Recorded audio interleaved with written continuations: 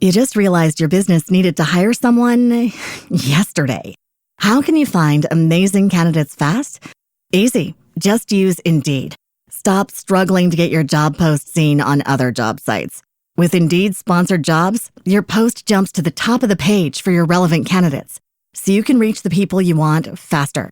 According to Indeed data, sponsored jobs posted directly on Indeed have 45% more applications than non-sponsored jobs. Don't wait any longer. Speed up your hiring right now with Indeed. And listeners of this show will get a $75 sponsored job credit to get your jobs more visibility at Indeed.com/PODKATZ13. Just go to Indeed.com/PODKATZ13 right now and support our show by saying you heard about Indeed on this podcast. Terms and conditions apply. Hiring? Indeed is all you need.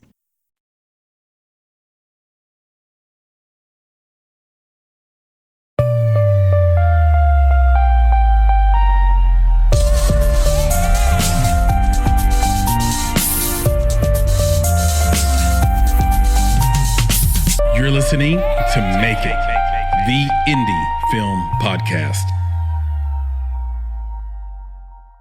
Hello, and welcome to another episode of the Make It podcast. I'm your host, Chris Barkley. Hello. See, I went down and up. He went, hello. I just went the other way. Mm-hmm. Yeah. I'm Nick Bugs. I wonder if we did that simultaneously, would it be harmony? Can we try it, please? Go for it, man. Okay, it's on the count of three. Actually, Papa Bear, count us in. 1, 2, 3. 1, 2, 3. Hello. Oh, you went too slow. Oh, no, I think it was good. I thought it was good, Sam. Were we in harmony, Sam? We were off time, right? It was close. I think if you did it again. Okay, all right. Some practice. Okay, Papa Bear, give us another count. Yeah, and we're going fast. All right, let's go. Just go in right on 3, Nick. Okay, I'm going right on 3. Let's go. All right. 1, 2, 3. Hello. That was good. That was okay. good. I felt like I jumped the gun a little bit, but because Chris said go right on 3 and then he hesitated, but it's fine. It's all good. I think we sounded good though. It's always good to have room to improve. This has the potential to devolve into a Costello routine. It does. Yeah, this is not good. I think we're going to leave it there. Good job, Nick. I'm proud of you. Yeah, thank you. Yeah, well done. I like that. We were quite harmonious. It is true that I have this podcast with you, and the only reason you're on this podcast is because you have that great radio voice. Yeah, that's otherwise you'd be especially with the the YouTube thing. Everybody always says I got a face for radio, so your voice is. I will be honest. Your voice is at least twice as good as mine for this medium. At least twice. Well, congratulations. I appreciate you. Thank you for that. Thank you for that. Yeah, I've said that before, but I just want this audience to know how I really feel. By the way, we're not alone. We are joined by the one and only intern Sam and producer Papa Bear. Guys, say hello. Hello. And what you'll hear throughout this conversation, based on my research, we are also joined by the peripatetic and esteemed Adam Tex Davis. He's done it all. Adam, say hello. Hey, what's up, guys? How's everybody doing? Yes. Welcome. We're doing great. And just for the audience's sake, for the remainder of this conversation, we're probably going to call you Tex. Sure. I'll answer to that. But should write down a list of the words I'll answer to. Right. I was going to say, hey, you. Chris, hey, you, Barkley. I tried that, man. I tried that when I was younger. I did. So in first grade, right, I have a very common name. Everybody has the name Chris. It's not awesome. I mean, it's a good name. Never met a Chris I didn't like, but everybody has it. So I said, I want to differentiate. Now, this is in first grade. I'm already thinking like this. And I have 2 middle names. One of them is Dante, like the writer Dante, D-A-N-T-E. And I said, I'm going to go by Dante this year. And I kept telling everybody, hey, I'm Dante. I'm Dante. And then when people would call me that, I wouldn't turn around. Yeah, you got to be in on it. You got to be on it. I forgot that was my name. So it didn't stick. It happens to me all the time because I'm Charles Samuel. So every time I go to like doctor, school, anything, it's Charles. And every time I just have no clue what's going on. Like I sit there and I wait until they get to the S's, and then it never gets called. And they're like, I guess Charles is not here. Oh no! Charles said it already. He didn't even show up on the first day of school. Exactly. You know, that's cool though. You have like a spam filter built in. If anybody calls you Charles, you know they don't really know you. Nice. Exactly. And I was just telling Nick or Papa Bear earlier this week that you have the perfect name. Like, you don't have to change your name. Like, Sam Frank is a really good filmmaker name. It's a firsty lasty. Yeah. Directed by Sam Frank. I like that. Yeah, that's good. And, Don't and change. Sam has three first names. It's really cool. It's Charles.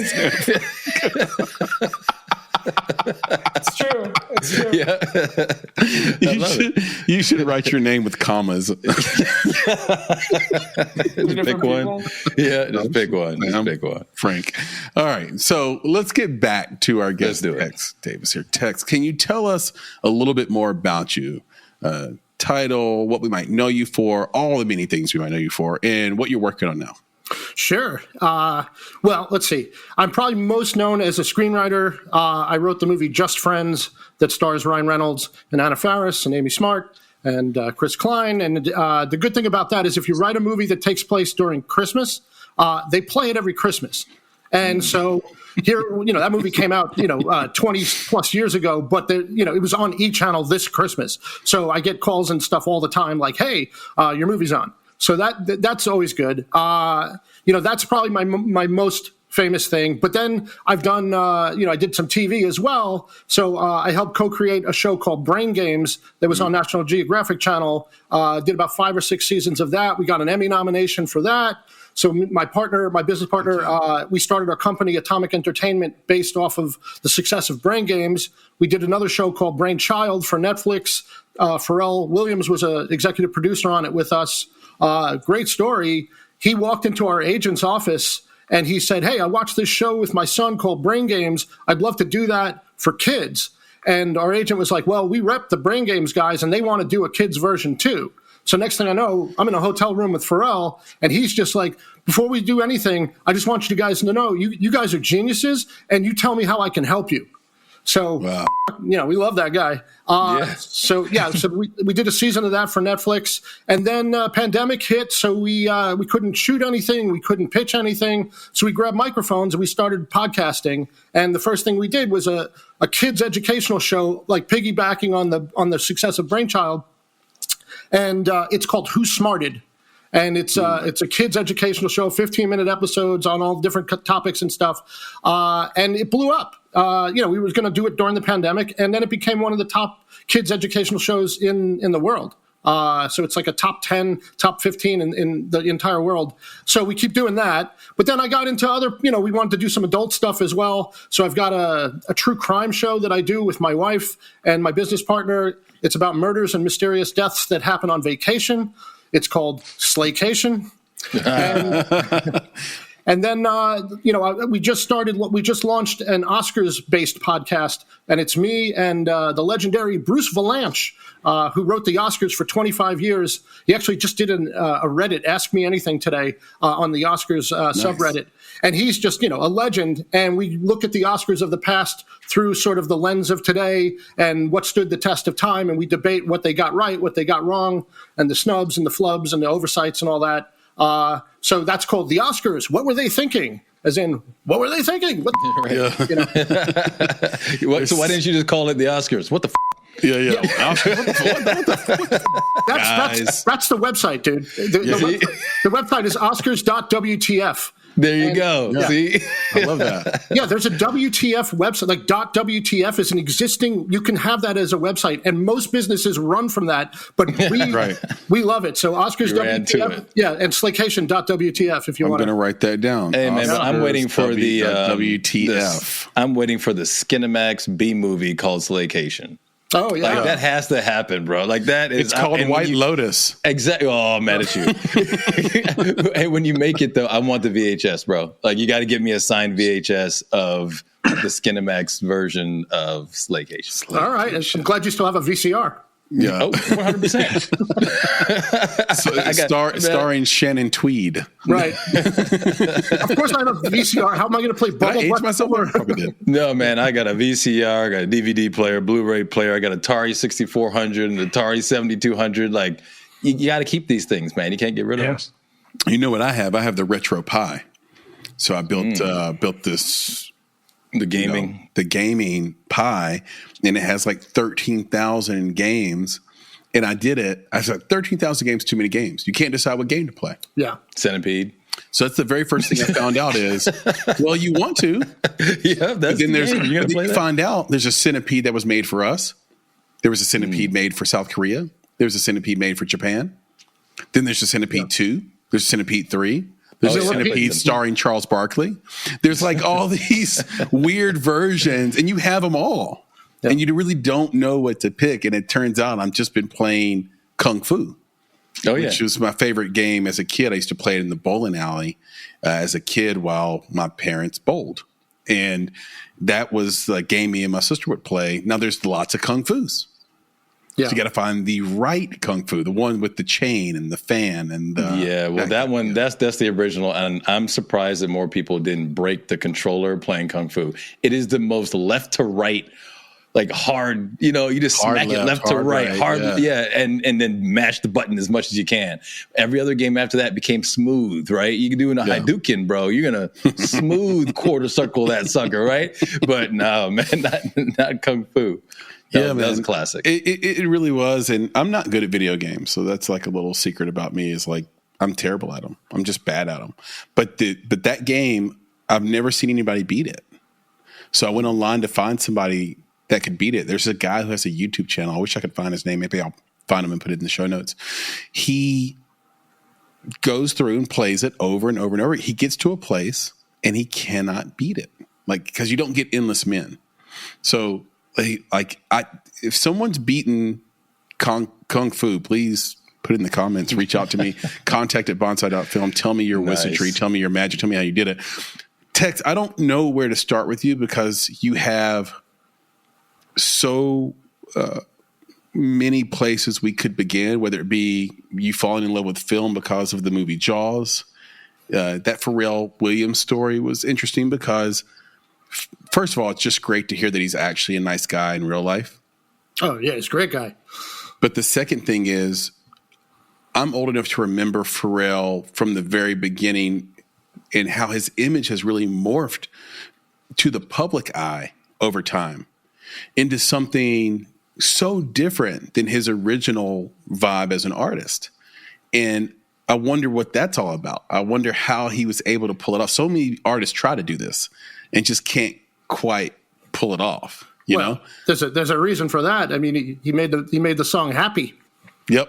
Oh, and, for a kids movie, and it became one of the biggest songs of all time, and that changed his whole vibe. But also becoming a father. Yeah, I was going to say that. Look, even with my Brain Games show, when we started, I mean, it's a show for adults on Nat Geo on the National Geographic Channel, and now it's on Disney Plus. But the point is, it was for adults, but I would show little pieces of the show, little clips, and because it shows how your brain works, optical illusions. We use magic. We do experiments. I would show bits to my daughter, who was like 7 or 8 at the time, and she loved them. And then she wanted to hear the explainers. She was really into it, and I realized, oh shit, like we're making this adult show, but kids might like this. So we changed even the way we made the show. I was working on an episode called Sex on the Brain, and I was just like, nah, I'm not going to do that. I just turned it into the attraction episode because I knew, like, I didn't want my daughter learning about sex from daddy's science show, Right. So, whoops. Yeah, that'll do it. So, like, between kids and the success of Happy, he totally changed his whole vibe and got more family friendly and stuff like that. Although, I don't know, Blurred Lines was still pretty, It was good. Yeah. But look, you said that Brain Games was for adults, and I think that because the platform in Nat Geo was just an adult channel, but I watched Brain Games with my kids, like when they were super little. Yeah, it was for me, but I was really doing it with them. Yeah. So even though, I loved learning about those things and, watching the optical illusions and all that was really cool. But I felt like it was just a great experience for me and the kids, and we could learn together. So I kind of felt like it was for everybody. But you're right. it is an adult kind of channel, right? I think the more people are, what's the age range again for Nat Geo? That was the thing. When the average age of a Nat Geo watcher was like 67. It's got to be pretty old. Yeah. The average. But 67, bro, average. Like, average. Yeah. You don't have old ass people. Yeah. Average to be 60. But then what does that say about our young people, Tex? Well, I'd say this. When Brain Games aired, the average age dropped down to like the mid to high 30s. Oh, nice. So we knew, like a ton of like families and kids and everybody was watching that. And when I say like, it was for like, this is like as we were shaping the episodes before it actually aired. And then before we ever put an episode out, we said, no, let's make sure it's for family. It's not just for adults. And the channel would sometimes push back. They weren't psyched about it. They were like, no, our audience is older, and they, but we're like, they're gonna like it. Everybody's brain gets fooled by these things. Trust me, trust us, and it worked out. It worked out well. Yeah, I think the difference is that it works for everybody, and I think you were successful getting them to agree to what you wanted to do because you didn't over colorize it. So what I mean by that is like you didn't have all your primary colors in every episode and people were walking around with, there weren't a bunch of little characters and, Muppets and puppets and things like that. But the delivery of it could really hit any age group, which was what was so nice about it. So the kids and I think we all enjoyed it. I never heard any complaints, right? And that's the big deal for me because when I say that we're going to sit down and watch something educational, the kids are like, oh, Dad, really? I'm like, well, okay, it's educational, but it's fun. Yeah. And then they're sitting there kind of like waiting, like, is it really going to be fun? Yeah, where's the fun coming? Watching episode after episode after episode. So you did a good job, man. Thanks, man. Well, I'll tell you, we did learn that. Like, you don't talk down to your audience, even if it's for kids. Like, if you check out our Who Smarted podcast, it's for kids, 6 to 10, but adults can learn from it too. But we don't talk down to them. We put in jokes that even the parents might get, or, whatever. But, like, don't talk down to the kids. Just treat them, don't use big words that they're not going to understand. Or if you use a big word, like, explain what it means. But don't talk down and don't put on that childish voice and have lots of annoying things that drives the adults bonkers. Like, stay away from that. Nice. Yeah, I couldn't agree more. I mean, we kind of take the same policy with this show. Anyone that engages with us, anyone that leaves a comment, even if it's kind of a nasty comment or just something that didn't even make sense, we never respond negatively to any comment. We literally like it, and we find a way to just talk back and have the conversation, like, because they're coming from some perspective. And it's like, can we get to that? I think the only ones we actually don't really respond to are ones that are selling Bitcoin. These weird Bitcoin comments. Yep. But even them, we still like them and just say, wrong thread, bro. Right. Like, we're not doing anything there. But with Just Friends, really sort of launching you into, escape velocity here a little bit. I mean, the movie did $51 million box office on a less than $10 million budget. If I have any of these numbers wrong, please jump in and correct me. Nah, I like those numbers. Those are good. Those good. Let's go with that. My sense of it is that at this point you've been asked everything there maybe you could be asked about the movie. And I just wonder, is there a Ryan Reynolds story? Is there an Amy Smart story? Is there an alternate ending, Just Friends story that you haven't been able to tell because no one's asked the questions? Right. I will say this. This is a story. I don't tell this story very often, if at all. And this is like the pain of being the writer. I mean, you're going to have to give up control. That, like, it's sold. It's not yours anymore. There's a director, there's actors, there's, it's collaborative. My goal was always to befriend the director and have them want me to be part of it. Have me on set and not just dismissed and oh God, the writer's here. Put him in a quick cameo and then get him the hell out of here. Like, usually that's the writer's journey. With me, I worked with the director for a couple of weeks before we even had everything set up. Then when we knew we had Ryan, we did another pass, like trying to, add stuff that we thought he would have fun with. But then there was an ending that was different than what's in the movie. And the ending that's in the movie, the reason why it's different is because there was an incident with an actor who was in the movie who, we shot it in Canada, and he got in some trouble back here in the States. And we were able to sneak him back into Canada to shoot him out, but they needed him back.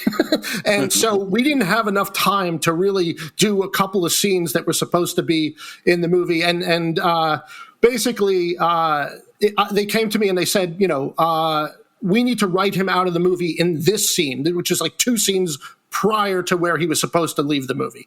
And it's like, oh, so now there's going to be this Frankenstein scene that's different. So I'm trying to wrap my head around it. And the director comes up to me, Roger Cumble, and he's just like, hey, I workshopped this scene with the actors. Let's just put it on for you. And they do the scene. And I'm like, that's different. I don't know. That's a lot. And it does like I have a pet peeve in movies where a character's playing everything masterfully, and then they slip up and they say the thing that they shouldn't. They go, oops. Like, the whole movie, they've been doing everything perfectly, and now they suddenly say something stupid, and it blows the whole cover. And I was like, I'd love to not do that. And I'm trying to figure it out. And I run off set, and I'm like working, and I have something that I think could work. And when I go back on set, door is locked. And the PA is standing in front of it with his arms crossed. He's like, they told me not to let you back. Oh, my gosh, bro. Yeah. So I was just like, what? I pound on the door, and they're like, go away. And I'm like, mother. And I'm like, God damn it. And then out of spite, I ran over to the craft service table and I just ate everything there. I ate every fucking snack. I was like, these guys going to want a Slim Jim or a fucking M&M? There's not going to be a fucking thing left. It's just... and if you couldn't eat it, he licked it. You know what I'm saying? Like, screw you guys. Exactly. Put it on my armpit. Yeah. Wow. I was so pissed, but I was just like, I get it. And the director came up to me afterwards. He's like, look, I'm so sorry. Look, this sucks. The studio forced this on us. I was going to have a mutiny, and I could have an actor mutiny on my hands. They came up with stuff. Look, it's not the worst thing in the world, but it is like I do watch the movie, and there's this weird scene where a lot of stuff happens, and it's just it's not my favorite. It's not my favorite. Is it cringe? That's what happens every time you're like, That a similar situation, not at that scale, obviously, happened to me. And it's really what took me out of journalism formally, which was that I was asked to write a really personal piece that was going to be not a non, if you're in journalism, a lot of times you're just writing copy, right? Yep. The cat stuck in the tree, and you just tell the inverted triangle, and you just tell the story of what happened with the cat in the tree. Not if you're text, but we'll get to that later. Exactly. and so I was getting to write this actual piece where I got to show off some of my writing prowess, and I turned it in, and they changed it dramatically. The editors did, and published it. And, I still had to answer for what was written to the people I was writing about, and just to everybody around. Like, is that what really? And it was like my name on the byline. And I just was like so disenchanted with that whole idea. And I knew that if I went and worked for even a bigger paper, then that would be that situation on steroids. And so the thing I empathize with you the most on is the fact that people look to you, like you said at the top of the conversation, they call you every Christmas and they're like, hey, your movie's on. And every year you have to say, yeah, it's not exactly what I wrote, though. Well, here's the thing. It's never going to be exactly what you wrote. True. That's the thing. And I know that going in. This was particularly painful because we had it. We were going to shoot the movie, the script, everything was set. And then it's this bizarro thing. Put it this way. This poor actor, I feel terrible for him. When he got to set, he was engaged to be married to a famous actress. And I could name names. It's like one of those things. Like you don't have to. Okay, so he was engaged to marry this actress, and then by the time the movie was coming to a close, she had not only left him, but had gotten engaged to another huge movie star. Oh, the bigger, better deal. Yeah, within the time frame that the movie was being made, bro. How do you like that, Nick? Come on, you enjoy that, Nick? That's gotta hurt. Yeah. And then when he went back to the States during a layoff, when we didn't need him for a little bit, he got drunk. He got into a DUI situation. So yeah, things were bad. He had to go to court. And then we were, like I said, we were able to sneak him back in, and they were like, we got to write him out of the movie quick. And so, that's a very unusual situation. That is not the norm. Look, whatever. You know what? It sucked the scene, but it gave me a fun story. So, you take what you can get no matter what. And it wasn't the end for you. You got to go on and do exactly. No, it was a fun story, things. And a good paycheck. And a good paycheck. You know what I'm saying? Like that's one of those that hopefully is the everlasting gobstopper, right? Because like you said, it continues to get played. So as long as it's playing. Yeah, exactly. And speaking of gobstoppers, I ate those too. Those were at the snack. Really? Those were at the crafty table? No. Okay. I was going to say. Okay. No. He was sucking on them, spitting them back in the box. Why are you so sticky? Enjoy. They're delicious. Believe me, they're delicious. Why are you so sticky? It's just the wildest question you could really ask anybody. Chris, about the ass pennies. Oh, yeah, ass pennies. By the way, shout out to the audience who always keeps us correct, because on the episode I said that ass pennies was a skit by Kids in the Hall, and it was actually a skit by the Upright Citizens Brigade. And our audience was like, bro, you're an idiot. It wasn't Kids in the Hall. I'm like, dude, it was 5 white dudes, both of them at the exact same time. Come on, give me a break. No, right. That was racist. Was it new? Wait, but was it the Backstreet Boys, or was it NSYNC? 98 degrees. 98 degrees. 98 degrees. Shout out to Nick Lachey. That's right. Yeah. So yeah, I had it wrong, but yes, sticky. You're right. Now here's the thing. Before we do audience polls, I just have to ask Tex. You've written so many things. You developed so many projects. Right now, I get a sense, and Sam, jump in and correct me if you feel like I'm wrong about this. You're actively in film school. My condolences. I get the sense that independent screenwriters are sort of slapping each other's knuckles with a ruler about structure and about how you're really supposed to write and put this stuff together in order to sell and pitch it. What's your opinion on how to sort of put the words on the page and the importance of that when it comes to sort of pitching your project and selling it and getting it greenlit? Was this for me or intern Sam? For you. I just wanted Sam to jump in if I was saying anything that didn't jive with him, wasn't accurate. Well, it's funny. I went to NYU film school. Which, supposedly one of the biggest, best, film schools in the country. And it was great because I was able to meet great people, and I was able to get my hands on a lot of equipment, and I was able to get out into the field and shoot a lot of stuff. I got to direct a short film that actually started my career, and I got to work with, a lot of great people, and I learned every job. I was not afraid to learn camera work. I shot a couple of features as a DP. I did lighting. I did, I was a dolly grip on rap videos to support myself while I was writing. But the point is, nice. I did take screenwriting classes, and all it was about the structure and about where you need to be on the, page 24 and page 55 and all that stuff. It didn't really mean a lot to me until I started really just writing. And then you realize, I've got this big shapeless beast of a script that's way too long or whatever. Okay, how do I get it to then fit into the parameters? But here's the thing. A lot of the guys who write these books on like structure and like a Robert McKee story, guess what? They never sold a script.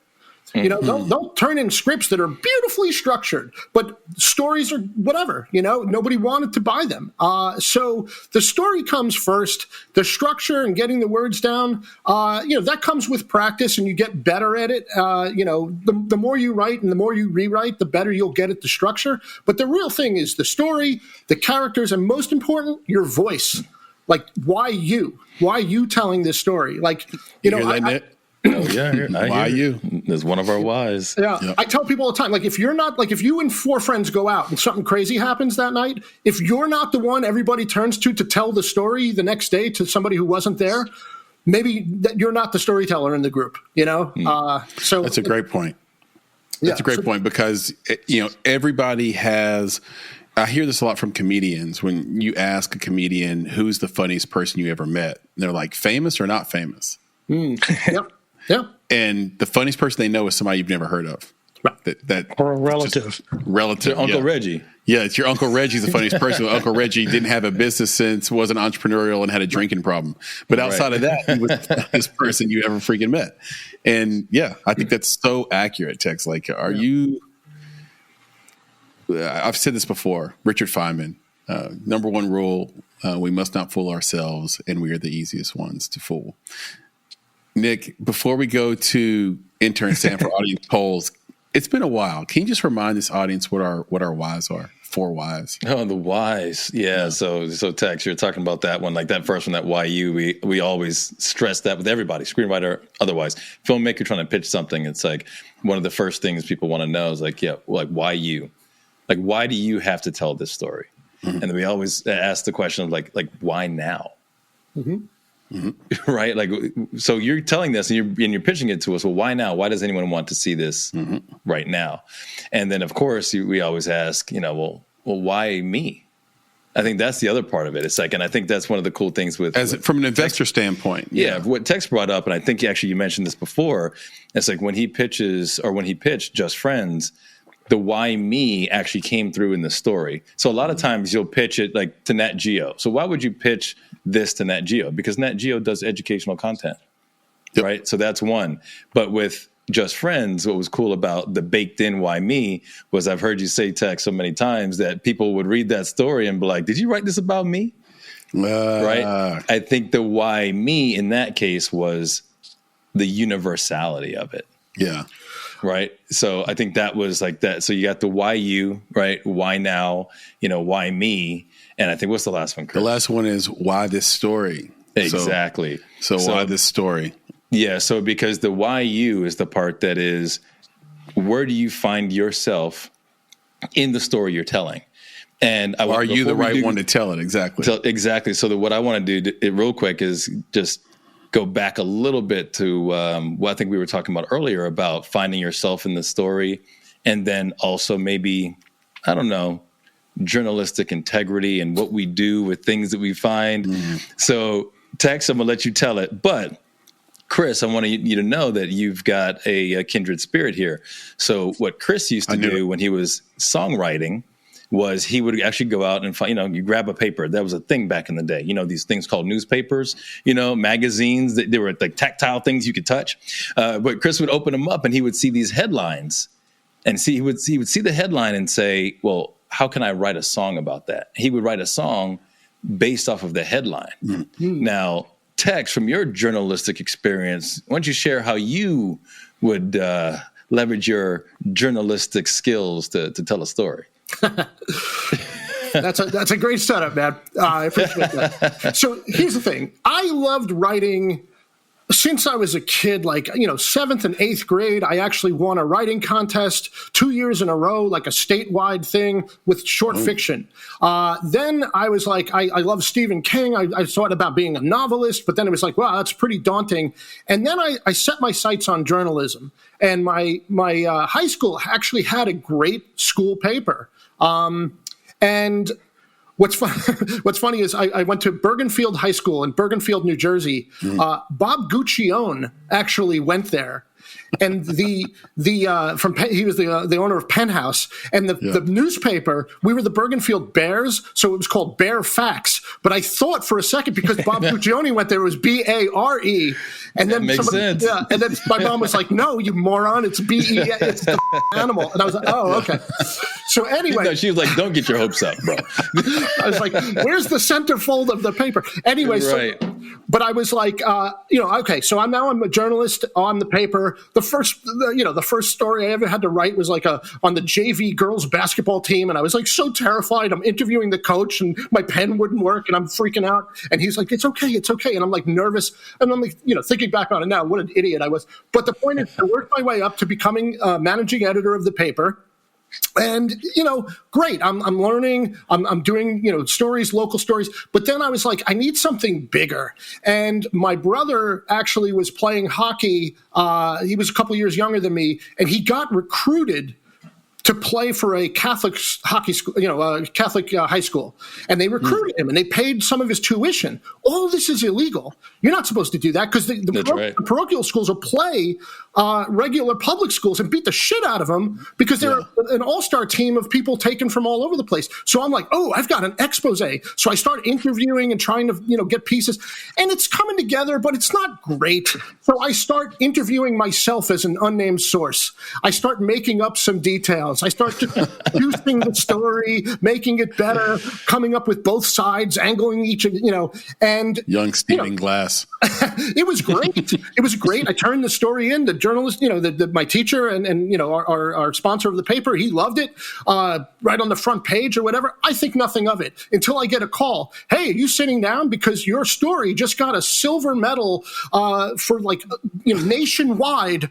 You have to go to Columbia University get the silver medal for sports story journal. And I was like, oh my God. And I'm like, there's a lot of bullshit in this story, and nobody knows it but me. And I'm like, you know what? At that moment, I was like, I have enough journalistic integrity to know that I don't have any journalistic integrity, and maybe this isn't for me. So I said, how can I parlay this, we'll call it a skill, of taking something real, but embellishing the shit out of it, making it better, and making it something that people like. So that became my approach to writing, especially screenplays, is what I call bad journalism. I take a kernel of truth, and then I embellish it and make it funnier, better. Everybody gets to say the cool things or the funny things. And even Just Friends was based on me being in the friend zone for 2 years with a girl in college. And then I just, I Hollywooded it up a little bit, obviously. And then when we got Ryan Reynolds, I had to change it drastically and turn him basically into me in the beginning in the fat suit and have him unable to get the girl. And, we came up with, how, the story that's in the movie. But it's all based on kernels of truth, but the bad journalism version of that. So. Tex, he just guys, look. Wow. When he drops stuff like that, it just, of course, my mind starts going. I'm like, wait. So you're telling me that Tex invented popcorn writing? Stay with me now. You take a kernel of truth, you heat it up a little bit. Heat it up.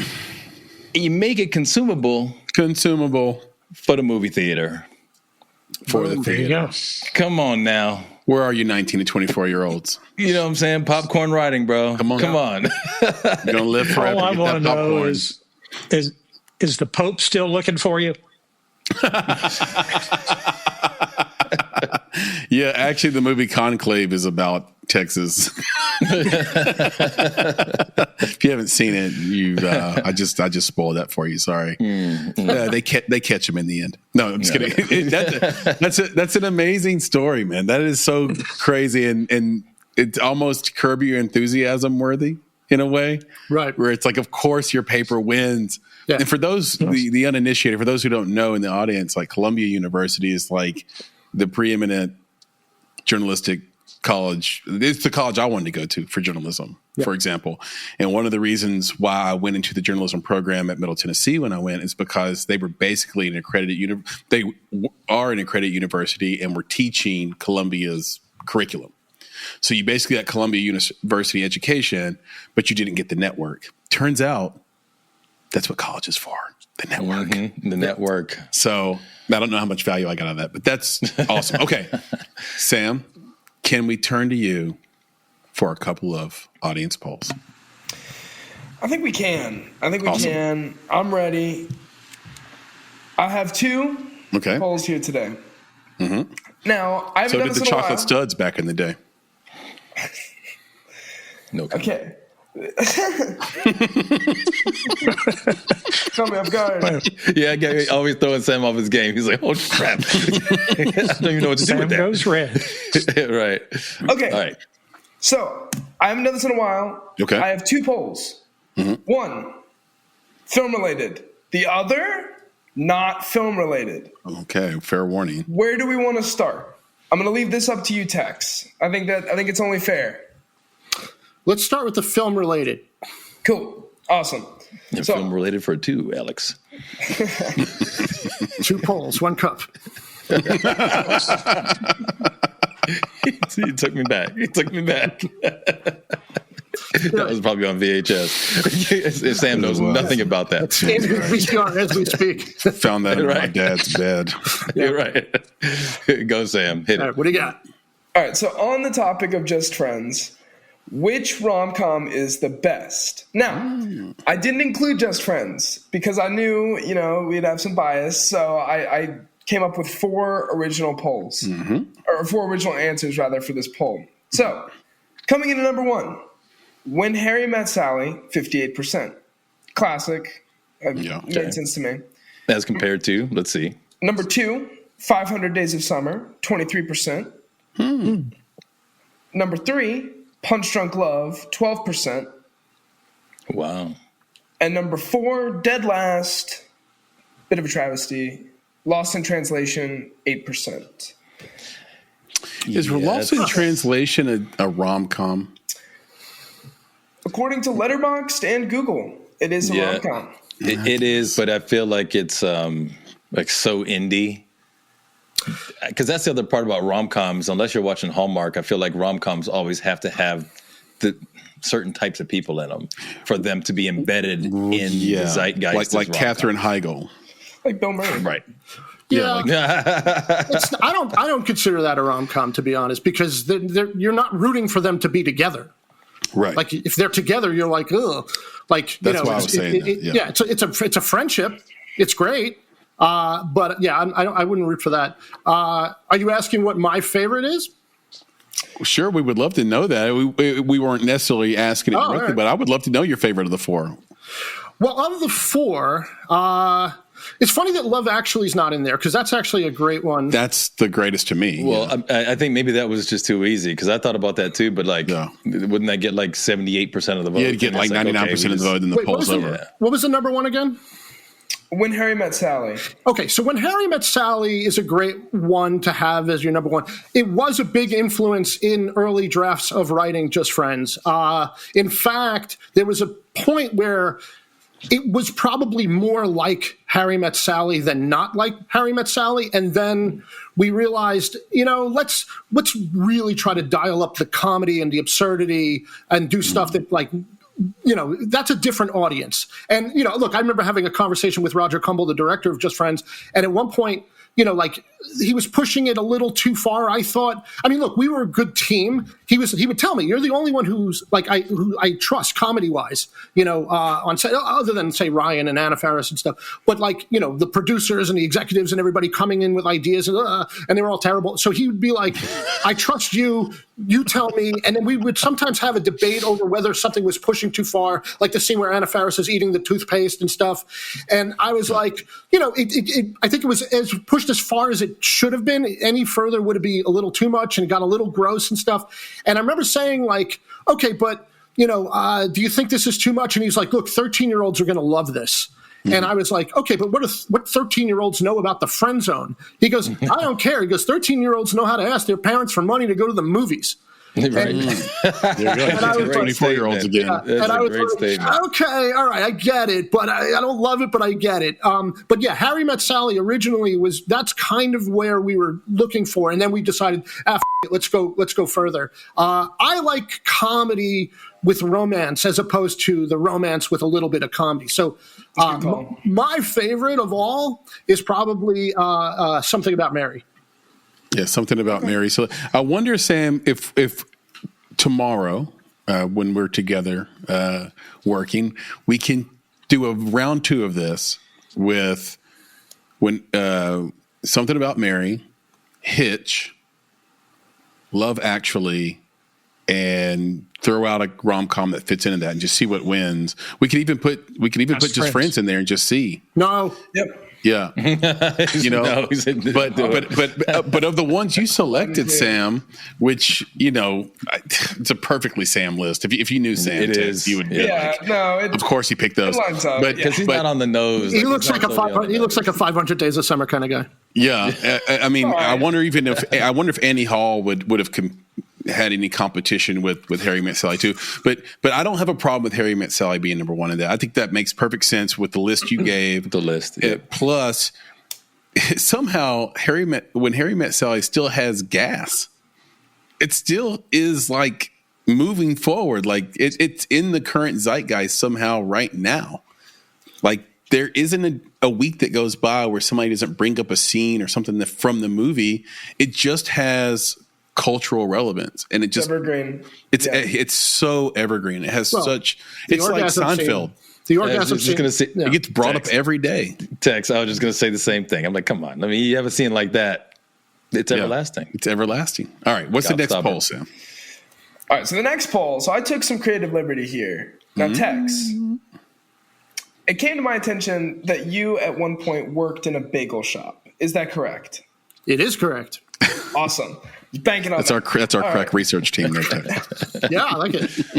All right. So makes this poll pretty obvious. Which bagel flavor is the best? Ooh.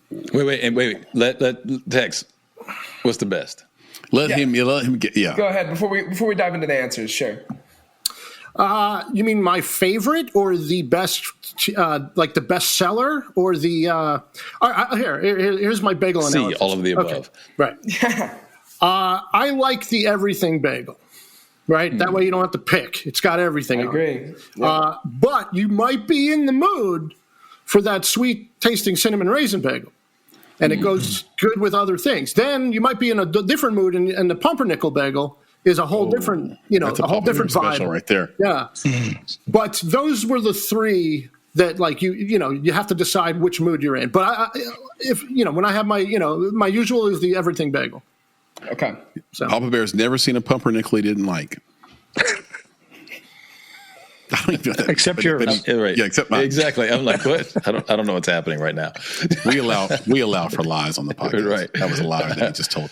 So go ahead, Sam. Sam. Well, I'm happy to report because I totally agree. Everything came in number one, 64%. Oh, ran away with dominated. it. Yeah, absolutely. Plain, number two, 20%. Really? Plain win. Why would Plain get second, Sam? My best guess for that is all or nothing. All or nothing. Yeah. Kinda, yeah. Like my sister loves plain bagels. But does she go? But does she go for it with the cream cheese? Like, does she get like strawberry cream cheese, like something pizzazzy? Okay. Like butter on it. I mean, I'll do a plain bagel, sure. Like chive cream cheese, something like that. Yeah, for sure. Okay. I've never met a bagel I don't like, but there you go.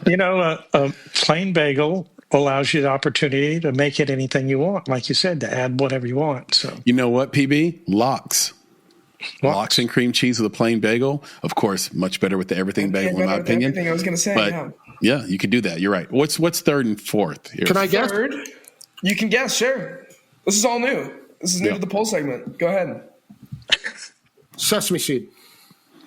Sesame seed was not an option. So you're going to guess the options. Oh, all right. I don't know your options. Okay, go ahead. I'm sorry. I was just getting excited. I was having... I know, right? He's like, bagels. Let me go get one. We're all getting hungry right now. I totally get it. I had sesame on there until I Googled and did a little bit of research about what bagel flavors sold best. So, and this goes with what you said earlier. Number 3, cinnamon raisin, 11%. Yeah. Only 11. It's kind of weird. I was thinking it's that. It's the raisins. Sometimey. That's what it is. Yeah, that's what it is. I think so. I think so probably because number 4 is blueberry, 6%, which is strange to me. Even blueberry's low too. Blueberry's delicious. Blueberry's my number 2. Yeah, so, no, I look my camera doing its thing again. Like I do one thing. It's like your camera just went drone. It just went drone on you. It just went drone shot on you. Yeah. Like, good thing you've got pants on. Exactly, PB. I was like, oh my god. No, you don't see my pants. What are you talking about? That's I don't know. Yeah. I'm out. Coming back. We see a lot. No, that's really interesting though. I do think that's interesting because I also worked at a bagel shop. No way. It's called Alpine Bagel. It was right in Green Hills, which is like a suburb of Nashville. And the thing about this bagel shop is this is where all the country music songwriters and pop songwriters would come for breakfast. And I, at the time, had a singing group. And I remember, so all 3 of the 4 members of my singing group all worked at Alpine Bagel together. And I remember we sang yesterday, the Boyz II Men version, to Natalie of the Dixie Chicks in Alpine Bagel in the morning. And we killed it. It was awesome. But the problem was she wasn't there to find talent. She was just there to get a bagel. Plain bagel, right?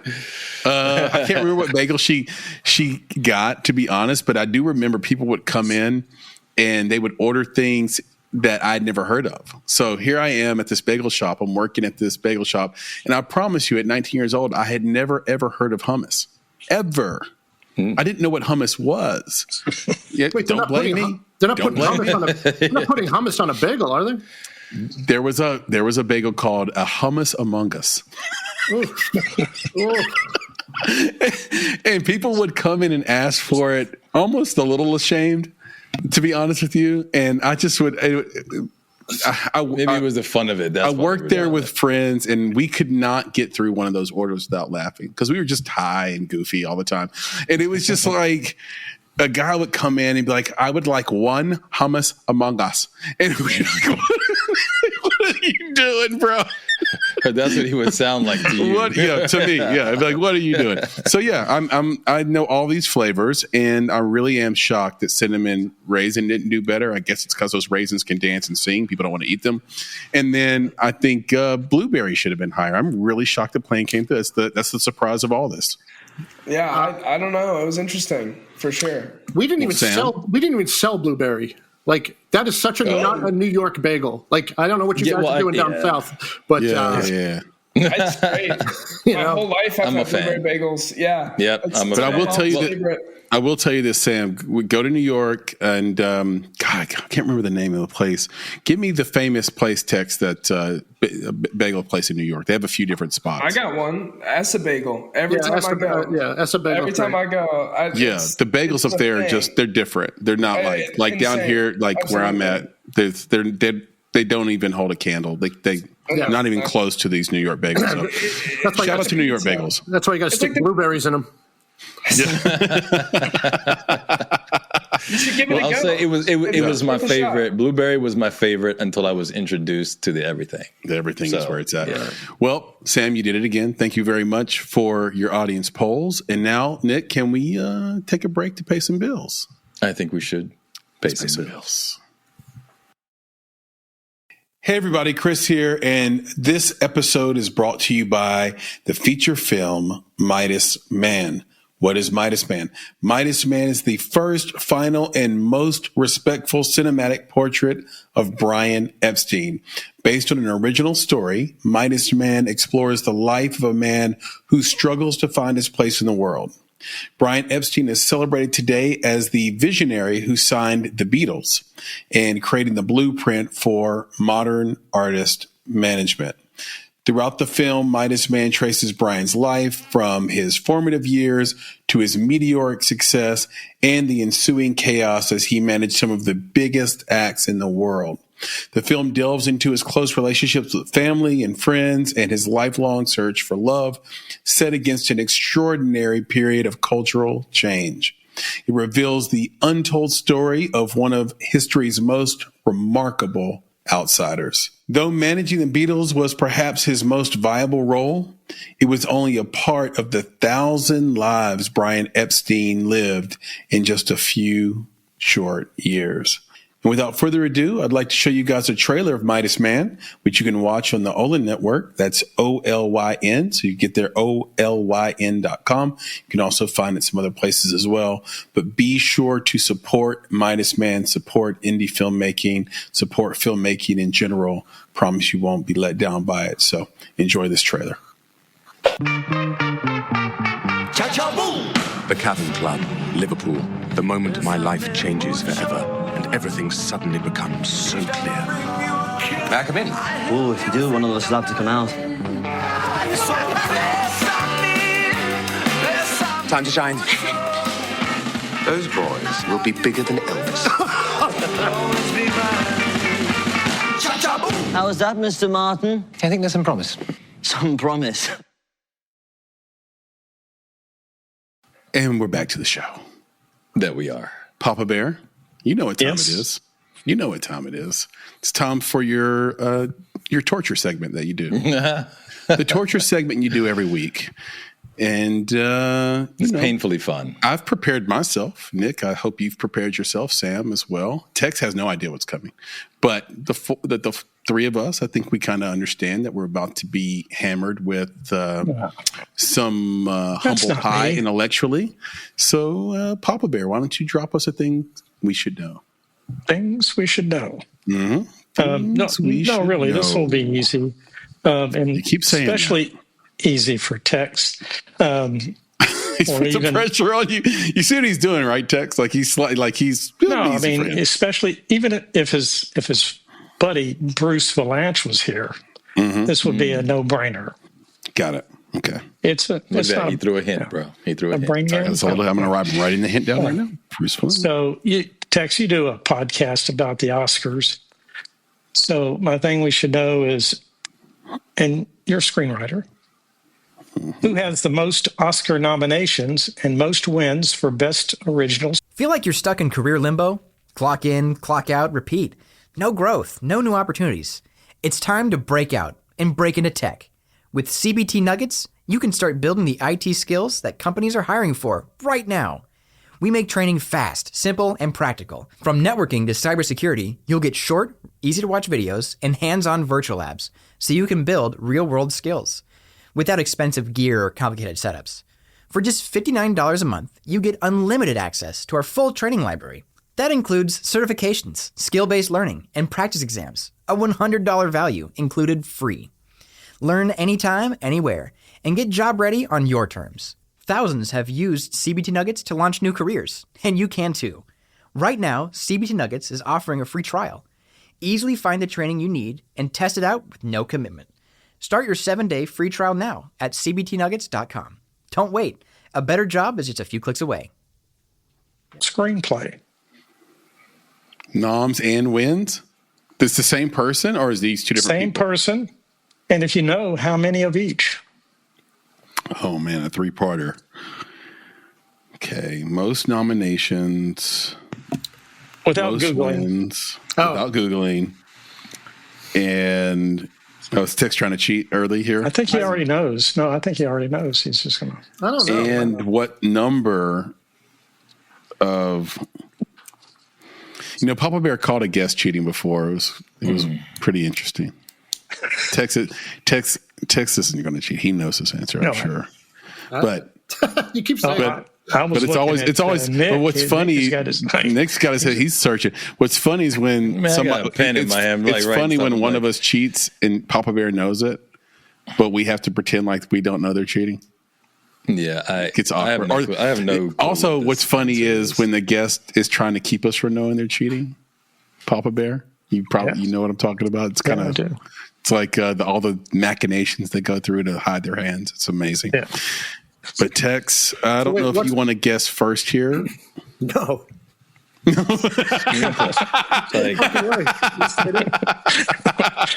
know it's not me. I know the answer's not me. Process of elimination, yeah. Okay. Let's think about people who were just screenwriters. Man, I have no clue what the answer is to this, and basically the answer, Nick, is not. And Papa Bear, this is someone who is not writing intellectual property. You're saying this is original. Yeah, not an adapted screenplay. Most wins for best original screenplay. That's a big hint, I think. That's a big hint. We should know this. Can I ask a question? Sam probably knows it. He's our film savant. You are a film savant, Sam. Give us. Thank you. Yeah. You say it every time, but thank you, Chris. I appreciate it. Yep. Anytime. Well, people will start to believe it if you say it more. I learned that from George Bush. I learned it from Donald Trump. These guys. So I was wondering. Pick your poison. When was the last Oscar this person won? Should I ask that's a hint. Yeah, you're allowed to get hints. You're trying to get a hint out of me. I'm just curious. Right. That's a good hint. Before that happens, I'm going Woody Allen. He had 7 nominations and 5 wins. What a good guess. I'm writing that down, Nick. Nick is going with Woody Allen. That would have been my guess too. I didn't have the numbers or anything for sure, but I don't know how many. I don't know how many he's won. It feels like he's only won a couple, like 2 or 3. That's what I'm saying. I just can't. Maybe, and maybe I'm way high on this. Like maybe the number is 3. Like maybe it's 7 and 3. Like I don't know how many. And I'm thinking of guys like Billy Wilder. I'm thinking of Mankiewicz, but I don't know if those were adapted or not. So yeah, I don't know. Okay, Sam, what were you going to say? Well, he wants the hint. Oh, he wants the hint. Yeah. Okay, I'm writing Woody Allen for Texas. Okay, well, look, PB's not giving it to him. All right, how about this? I'll give it to him. Yeah, what is 2011? 20? Oh my God! Yeah, that looks like it was good to ask. Like, Okay, Sam, do you got something? Well, that sounds like Midnight in Paris. He still doesn't. No. Oh yeah, that's right. So wait, one more. What'd you say, Tex? One more. I said, wasn't Midnight in Paris around then? 2011? Ooh, gosh. So I think it was after. That they can look up. Maybe. I think it was 14. Just give us. Well, he's going to give us the. Well, I'm gonna guess, just to be different from Tex and Nick. I'm gonna guess Charlie Kaufman. No way. Yeah, probably not. He's just too weird. Yeah. Too weird. I'm curious what the number is. Like I went 7 and 5, but like maybe it's more like 7 and 3 or 5 and 3. Like how many times you win that? Over time. How many films did Spielberg write and direct? Not many. Yeah, not many. Mm-mm. Not many. Also, I don't know what he would have made in 2011. 2011. It would have been like The Adventures of Tintin. He's made a lot of stuff. He makes stuff we I like that don't it's realize somebody he made. more recent, though. I like that it's somebody. Okay, it is recent. So that rules out Billy Wilder and Mankiewicz. Okay, so 2011. I thought Scorsese, but I'm pretty sure Scorsese. I don't think he has an Oscar he doesn't either. write. He doesn't write though. It's a terrible guess. Yeah. He doesn't write. I think we just need the answer. I think we're ready for the answer. Like just drop it on us, PB. Like all right. Well, Darren Aronofsky. We have winners today. And that was the a terrible guess, but I love Aronofsky. The number of nominations is 16. It was Woody Allen. Woody Allen. Hey. 16 nominations, 3 wins. That's what the 3 films are? No. Annie Hall. What are they? Annie Hall, yes. Mm-hmm. Was it Hannah and Her Sisters? Hannah and Her Sisters. Yeah. And Midnight in Paris. That's a really good guess. Midnight in Paris, exactly. Midnight in Paris. Oh. All right. Wow. So Midnight in Paris was 2011, Sam. I thought it was later. Yeah. I guess. I think Tex basically got it right. I think Tex he knew the movies. He swept it. He knew the director. Good job, Nick, as well. That actually is a thing we should know, and it's a fun, easy one because unlike some of our other things we should know, everyone knows who Woody Allen is. Like you're not mentioning something obscure that somebody's going to have to remember after they've had 7 cocktails. At this cocktail party, they're going to remember, oh yeah, that little quip about Woody Allen. He's been nominated 16 times.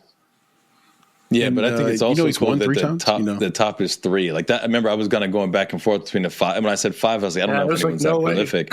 3 is the number that I was thinking about, but that is really cool that like that's it. Like one of the best, 16 nominations, but even at the best, could only get it 3 times. And the thing is that, so here's my question, PB, and you may or may not know it, but is this over the course of 16 different Oscar years, or did he have multiple in one year? It's all for the same category. Well, it's the same category. So but you could have 2 movies, right? No, he wouldn't have 2 movies. But that's what I'm saying. This is 16 years.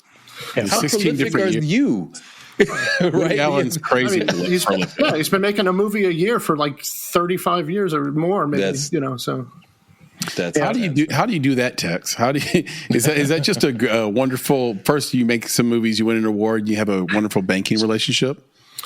Yeah, I mean, he became, look, he was a stand-up. He wrote for all these famous people and stuff, and then he would make his movies, and they were small enough, and the actors all want to be in them. And, huge advantage. Look, he's run into, obviously he's not, he's not, people aren't thrilled with Woody Allen these days, but he gets to still make movies overseas and whatnot. And he's still making great stuff. You never know, like whether his movie's going to be, awesome or not. And, he's always writing. I mean, that's the thing, he's always writing, always looking for the next thing. And he has people that will pay for it because he's a known quantity. So. There you go. Tex, you were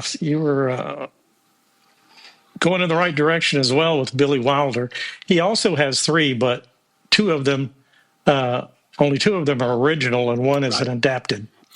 Gotcha. What were the ones? Do you know, PB, for Billy Wilder? Or Tex, do you know? Let's see. Yeah. Let's see. It's the Apartment. Wait. Tex is going to give it to us. What? Right, The Apartment. Mm-hmm. Double Indemnity. The Lost Weekend. He shared that one with Charles Brackett.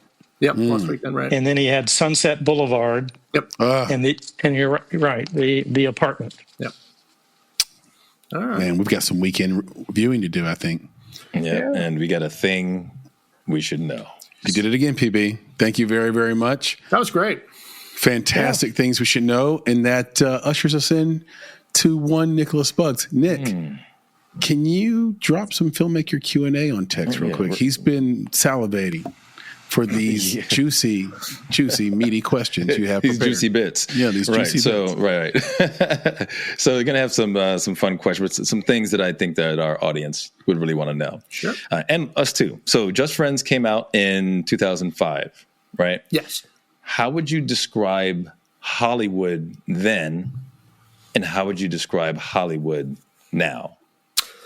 Well, back then you could sell pitches. Back then you could go to a lot of different studios. You had a lot of different options for selling. There were executives all over the place. Around the time of the writer's strike in 2008, there was a lot of contraction. Like it went from like 22 places where you could sell something to like 8. And I, going into the strike, I had like 3 projects going. Coming out of the strike, all 3 were gone. One was a studio was goodbye. One was an executive was goodbye. And then the other one, they just, they lost their appetite to make the movie. They had to, shorten their bench of what they would actually get made. So yeah, all 3 things went goodbye. During the strike, I did write a script on my own and tried to sell it coming out of the strike, and we went around with it, and it came close at 1 or 2 places, but didn't sell. And then I was able to actually reformulate it as a TV show idea. So I pitched it to CBS, and they bought it as a TV show. So I got to at least I got paid to write the pilot. Didn't go any further than that. But, at least I got something out of it. But yeah, in 2005, I mean, look, I sold Just Friends in 1999, I think it was. And there was like 4 to 5 years of development. We even had another director. There was a first director who came on and then tried to come up with he tried to change the script too much, and the studio went crazy, and I got paid a lot of money.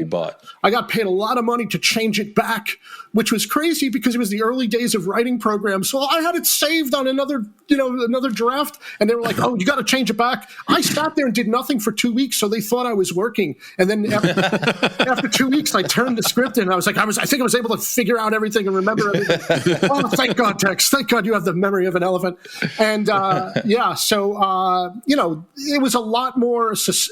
There was a lot more places you could go and sell, and they would buy pitches. These days, they're not buying pitches unless you're like a known quantity or you have attachments and stuff. No one's buying pitches. Everything's sort of on spec for writers that don't have connections and stuff. So yeah, it was very different. And I was getting a lot of rewrite consideration. People, especially after my movie came out. You mentioned Hitch before. I actually did. Like a joke pass on Hitch. I don't know. I can't remember if like any jokes. So cool. It had a different title at the time. I didn't even realize. I didn't even make the connection. And then I was like, wait, I think that's it was like white people. Like it was like different. And very very different. But guy writes a book and blah blah blah. So yeah, that's the main thing. It's just how much more opportunities you had as a writer to get rewrites, to get sell pitches and stuff like that. Gotcha. That's great, and that's awesome insight And it kind of it's a little makes things seem a little dire though, right? It's like, yeah, we had all this opportunity, it's less now. So I'm actually going to skip to one of my other questions. Feels like all industry is shrinking, Nick. Yeah, but there's still opportunity, right? So what are the three most important things every screenwriter should have? Okay, let's see. 3. Okay, one is you need to have thick skin. You're going to hear no a lot. You're going to have people shit on your work. You're going to have people tell you that things don't work. They're going to tell you that I don't know if this is good. I don't know if this is funny. I don't know if this, So you have to grow a total thick skin so that you can take that and keep going. Sometimes they're going to be right. Sometimes they're going to be wrong. But you can't let that crush you. You can't let hearing no or having people pass on your work crush you.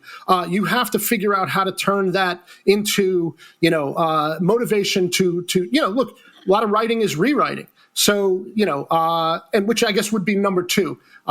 You're going to have to rewrite a lot, whether it's your stuff or somebody else's stuff or whatever. Rewriting. Learn how to rewrite. Learn how to apply your voice to like other work if that's what it is, or rewrite your own stuff. Don't be satisfied and say, "Oh, it's done. It's done. It can't possibly be any better." No, maybe it can. And so I did countless rewrites on Just Friends. And to my first point, we went out with I wrote a teen sex comedy that we went out with. I thought for sure we were going to sell it, and it was my bad journalism. I wound up on spring break with my parents. I had just graduated college, and suddenly I'm in Cancun with my parents at their timeshare, and I realized, oh my God, it's spring break, and there's just kids running around all over the place. And I was like, oh, me. So I grabbed a notebook. I just started writing down everything, which maybe that'll be number 3. If you're a writer, you got to write. You got to write, like everything, any ideas, anything that comes into your head or comes into your world, write it down. You never know what's going to turn into to gold or not. But I wrote this teen sex comedy based on that experience. Very funny, I thought. We went out to the town with it. Everybody passed. Couldn't believe it. Like, we were just shocked. Every single place passed. So I was like, oh man, I'm really bummed. But I was like, okay, when else have I felt like shit like this? Oh, I know. When I was in the friend zone for 2 years with that girl in college. So I start writing Just Friends. Just as I'm finishing Just Friends, I get a call. Hey, you're not going to believe this, but Harvey Weinstein was on a plane and he heard people laughing. And he's like, what's everybody laughing about? And they were like, oh, we're reading this teen sex comedy. And he grabbed it out of somebody's hands. He started reading it. He starts laughing. The plane lands. He goes, get me this guy. I want to buy this script. And so next thing I know, wow. I sold the script to Miramax. And then shortly after, Just Friends was done, and I sold that to New Line. So within like a month, I had a boom, like 2 sales. And that's what really started my whole thing. But again, I started writing Just Friends because I was depressed about the other thing, but I just channeled it into creative, into something creative. And look, you know what? Here's the thing. Before anything started for me, okay, I graduated film school. I was working on my student film. I'm working in a bagel store, selling lots of everything bagels and sesame, and cinnamon raisin. And the thing is, every night I'd go home and write. And I finished one script, and then I just started another one. And I wrote another script, and I wrote another one. And in the 2 or 3 years or whatever, I had finished 4 scripts. By that point, my student film was done. And some people really liked it. They brought it out to LA, started showing it to people. I get a call from a manager, and he's like, hey, I love your student film. Can't do anything with that, but what else do you have? And I say, I've written 4 scripts. And he's like, great, send me the 2 that you think are the best. So I send him my best 2, and he says, hey, these are funny as shit. You've got a great voice. I like it. Let's work on one of them to try to use that as your calling card, and we'll get you an agent, and we'll see what we can do for you. But great job. And I'm thinking, man, thank God I wrote those 4 scripts. If the conversation was like, oh, I'm thinking about this one idea, and I work in a bagel store, maybe something about the bagel, the conversation's over. It's done. But because I wrote, if you're going to be a writer, you got to write. So that's probably the number 1 of the 3 things. I put it third. But if you're a writer, then you got to write. That means sitting down nightly and writing stuff down. And, whether it's that depth. That depth is really cool. I think you mentioned that before. It's just that idea of they called you about the one thing, but it's because you had all this other stuff. Because I think people do tend to try to hang their hat on that one thing that they've been working on. Because Chris and I have heard this, I don't know, countless times where it's like, yeah, I've been working on this thing for 5 years, and this is what I'm focused on. It's like, yeah, well, what else are you doing? Yep. No, man, I'm just putting everything I have into this one. It's like, well, if that one doesn't hit, then what? Yeah, right. What were the 5 years for? Right, like you gotta have defense in depth, as some might say. So you're spot on with that. Thanks. All right, let's do another one here. So depth is one thing, breadth is another. Mm-hmm. Why is versatility so important for screenwriters? Man, that is my favorite word. Being versatile, and the other word I use a lot is being able to pivot. If you can do both of those things, then you can really, hopefully forge a career as, if you want to be a writer, being able to write lots of different things is very important. These days, I'm writing podcasts, I'm writing screenplays, I've written TV, I've written fictional TV, I've written the, nonfiction TV, which, unscripted, as they call it. Yeah, you do a lot of scripting when you write unscripted, right. Which is hilarious. What a misnamed category. But the point is, being able to do that, I write promos, I've written video games. It's like being able to just do a lot of different things will make you more invaluable and make you, someone that they'll call. Like, hey, look, I wrote a video game. I actually have it on my shelf. It was called SS. You guys love video games. What is it? SSX Tricky. It was a snowboard game. You ever play that? Okay. Yeah, I was about to say, you said SSX, and I was like, okay, those are the right combination of letters. I probably haven't. I'll go look it up. It's not easy to say. I just realized. But the point is, SSX Tricky. And, I was working with these producers, and we were kind of stalled on this project. This one executive at Fox was just dragging her feet. I could never get a read on whether or not she liked it or not. And they said, we feel bad for you. We know some people at EA Sports, they have this video game. Would you want to try to write for that? Next thing you know, I'm writing characters for this snowboard game, and it's funny quips and stuff. They had the actor David Arquette from the original Scream movies. Oh, nice. He did the voices and stuff. And that was a tough writing job, because it's like, okay, you got to come up with 30 things that he will say if he crashes into a tree, 30 things he'll say if he lands a trick, 30 things he says to his enemy, 30 things he says to his friend or whatever. So, it's like the first 10, okay, that's easy. Then it's like, oh God, then you struggle through 5 more. And then it's like, oh my God, then you light up and you smoke a little, and you're like, all right, now I got 5 really weird ones that don't make any sense. Whatever, but I slogged my way through it. But it was great. It was a great experience. They paid me well, and it's just like the more you can do, and the other part of it, like I said, pivot. Something's not working. I was doing screenwriting. We hit the strike. It got harder. The business contracted. I wasn't finding as much success as I was. The rewrites dried up and all that. Okay, so I pivoted to TV. I sold something to CBS, did fictional. I sold a bunch of shit to Comedy Central, fictional stuff. But then that didn't really pan out because they didn't get made. Okay, then I pivoted again to nonfiction, or unscripted. Worked on Brain Games with my buddy, and got the Emmy nomination. Oh, okay, now I'm doing a different thing. Worked on that kids show, and now suddenly I'm writing stuff for kids. Think like an 8-year-old. But again, it's like, being funny was always my thing. Telling a good story was always my thing. So all these things, there's a through line, even with the podcasting and stuff, just storytelling, bringing humor, especially to things that you don't ordinarily think is funny. That became my superpower. So that's how I've been able to just not be working in a bagel store, That's awesome. Yep. Great so we got defense and depth. We got versatility. We got the ability to pivot. So we've got all those things. We've got the ability to rewrite. What else did we get? Thick skin. So you're going through all that stuff, and you're a screenwriter, and the goal is be observant. Yeah, there you go. And the goal is to sell. So in this environment, how do you sell a screenplay? Well, the one thing so while it's gotten harder to sell things, it's a lot easier and less expensive to actually make things yourself. So for young people, look, even now with podcasting, I do these entertainment type of podcasts because they're cheap and easy to put out there. And so we own it. So it's like, great. I write my kids, Who Smarted podcast. No one's giving me notes. There's no studio. There's no executives. There's no network. I'm the final word. So it's like, that's been liberating. Look, I'm still writing scripts. Look, you got to get some kind of representation if you can. Managers are probably easier to get than an agent. If you can get a manager to read your stuff, if they see a voice and they see somebody who's worth cultivating, that's good. Mm-hmm. Get in with them. They could hopefully get you an agent.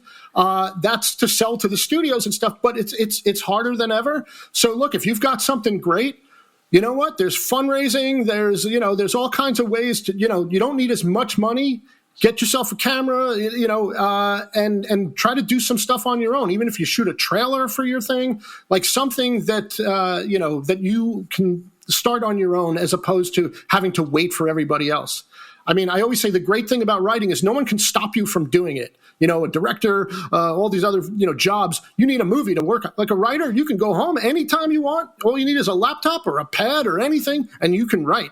So no one can stop you from actually writing. But then, like, when it comes to, like, selling or making money, like that, then it gets a little daunting. But, again, you have more access to more things to do it yourself. So I highly suggest people do that. I have a horror movie right now. I'm trying to see if I can just raise some money and do it myself.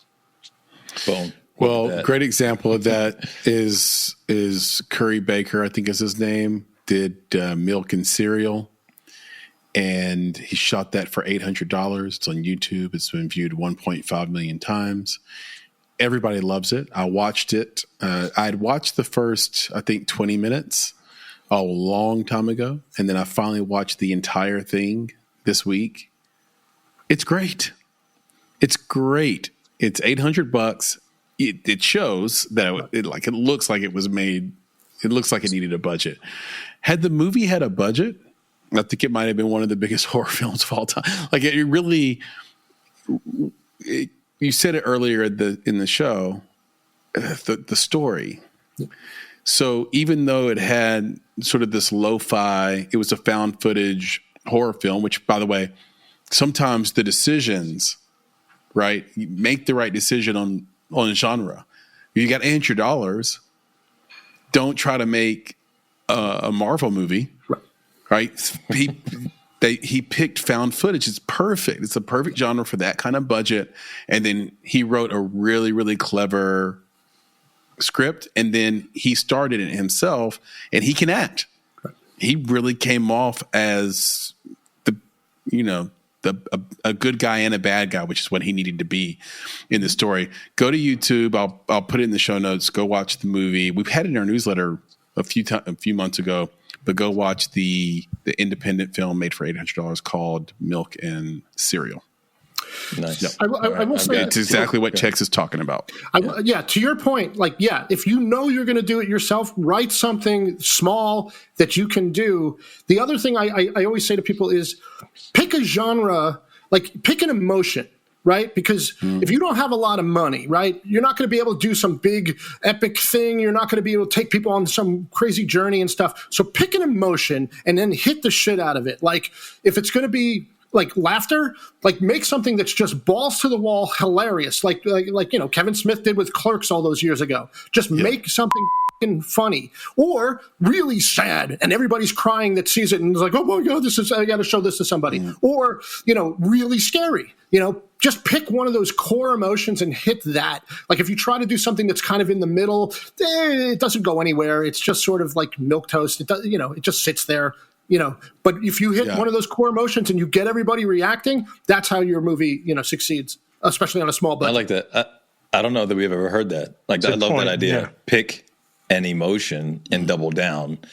That's great. I mean, it's great for writing, especially something short. You start there and then make it bigger out of that. But that's awesome. All right, Chris, I've got one last question. I was going to stop at my 4 that I asked. They were so good, especially as Q&A and getting this audience educated as we like to do. Educated, yep. Educated. But I got one last one that I just got to ask it. Tex, I'm sorry. I'll apologize in advance. All right. Missionary. You ready, Tex? Okay. All right. So let's say you're locked in a hotel room for 1 hour. I like where this is going. With whom would you like to be locked in said hotel room? Would it be Pharrell Williams or Harvey Weinstein? Oh my God. Does anybody not pick Harvey? I mean, can you get my script name? See? Hey, tell it like it is, Tex. Tell it like it is. Yeah. No, tell it like it is, Tex. How many people know we're in there? See? Yeah. You're right. I tell you, like, it's interesting because, you know, Tex, you've lived an interesting life. We talk about all the different projects that you've been involved in. And but it's also interesting to hear the different types of people that you've been around, right? And the types of people that can, to your point, can greenlight your project. Yeah, I think that's the truth of it. It's like people want to say, "Oh man, what are you talking about?" You know, especially you want to be a little, you know, 2025. You're like Pharrell Williams, of course. Yeah, you might say that now. A couple years back, you would have been like Harvey Weinstein, bro. Like, well, look, forget what they say. If he can get this movie greenlit. So anyway, right. It's easy to have an opinion when the balance of your dreams is not on the line. Right. You know, it's funny. Here's a funny story. I wrote this low budget movie, you know, because I felt like I sold Just Friends. I was getting hired for a lot of rewrites on like PG-13, but I felt like I had lost my R-rated edge. So I wrote a movie called The Garden of Eden. And it's, you know, it actually starts in a bagel store and based on some stuff that happened there that got all crazy. It's a very dark comedy. And my agent was like, I don't know if the studios are going to get this. Some producers might get it, but I think actors who have their own production company might love this. And one of the people he got it to was Leonardo DiCaprio. And I suddenly getting calls like, from his managers who are like, we love it. We gave it to him. Leo's going to read it on this day. And then I get another call like, okay, today's the day. He's going to read it like at noon. And I'm like, oh my God. And then they call me, okay, he's about 20 pages in. He seems to really like it. He hasn't stopped at page 10. He's still going. Okay. Then like, he's halfway through. He's still enjoying it. Like, and I'm just like, you know, it's kind of freaking out, but also like, what the f-? But, you know, then it's like, I know the ending is really good. It's twisty. And they're like, oh, he loves the ending. He wants to meet with you. And I was like, oh man, this is awesome. Okay. He's going to be in New York at this hotel on this day. Come to the hotel on that day. And it was like a summer day. And, you know, I'm not a small guy, so I like to wear shorts in the summer. So I show up at this like fancy hotel and he's in the cocktail lounge with his dad and his manager. And I could see them. And they're, you know, the place was pretty much empty except for them. And I start to walk in and a guy stops me and he goes, sorry, sir, no shorts in the cocktail lounge. Oh, no. And I'm like, listen, motherfucker, my whole career hinges on me getting over to that table. Please do not let 1 foot of pant stop me from getting over to that table. And, you know, and luckily the guy was like, okay, just hurry. And I had to like run to the table and stick my legs under the 1 foot of pant. Yeah, stick my legs under the tablecloth. And then we had a great meeting, and the movie did get made, but it's kind of on the shelf right now. It got made back in 2000, around the time of Just Friends, and it's on a shelf right now. So it was like both one of the high points of my life and career, and also one of the low points because like people can't really see it unless you don't have a problem with Russian pirate sites. Yeah. Wow. That's crazy. Yeah. Like, man, all these folks, like, and that's the thing. It's like, it's interesting. Like, would you even have those experiences now? Like you said about things contracting. Do you have those opportunities? Like, that's crazy. Like all these stories, all the people you met, that's amazing. Yeah. Look, everything's possible. Look, I have enough of a name that like whatever, you know, look, I'm still writing right now. I mean, I took a kind of a break from writing scripts exclusively, especially because I had a lot of other stuff going on. Now I am writing a lot, and I don't know if this is good to say, but I'm using AI as a tool to help me to write faster. That's what it is. You know, Yeah. So my daughter actually had to open my eyes. She's 20 and she uses it for all kinds of stuff, and she's in college and stuff. And she's like, look, you don't have it do it for you. You work with it. It works with you. And then I was like, oh, okay, let's try it. I had written a full outline. I spent a month writing an outline, detailed every scene in order, characters, all this development. And I started feeding it in piece by piece. Like, okay, what would you do with a scene like this? And it spits something out. And I'm like, okay, this mostly sucks, but you know what? I can rewrite this. I can rewrite it. I rewrite it. I put it back in. I go, what do you think? Oh, this is good. Here's a suggestion or whatever. Okay, that suggestion sucks. That one sucks. That one's not bad. Okay, I'm going to take another stab at it, and I rewrite it again, put it back in. Oh, this is great. Okay, let's move on. Next scene. And you know what? In 4 days, I did what would have taken me, probably 2 months. And you know what? I'm just, it's all coming from me. It's my writing. It's my characters. It's my story. And it's just helpful to, because especially now, it's like, I'd rather rewrite than start with the blank page. So give me something and I can make it better, So what's cool about that is like that idea that that's exactly how I use it. Sometimes you don't know what you want until you know what you don't want. Yeah. So that's really cool. If the AI spits out something, well, that's not what I want. Right. So now you start to think, okay, where I'm going is maybe slightly more in this direction or that direction, but you're spot on. And Chris said it as well. Like, it's a tool, man. And it's a tool that it's everywhere. Like, you're not going to be able to avoid it. It's going to be embedded in everything that we have. So you might as well learn how to use it and use it to make sure that it's a helpful tool, but it's still in your voice. It's like a carpenter, right? The hammer is not going to tell him exactly how to do whatever he's doing. It's the tool that he uses. His voice is in the thing that he creates, he or she creates. So from a tech perspective, AI is completely ubiquitous now. But from a user standpoint, we're all still getting used to the new world. We're all still getting used to this new way of doing things. And so many people that I talk to, they use AI the way that we might use a gas pump in the past, right? Oh, I'm out of gas. Let me go there and fill it up. And it's this just in time, I need an answer to this, or that. So I'll ask the AI instead of asking Google.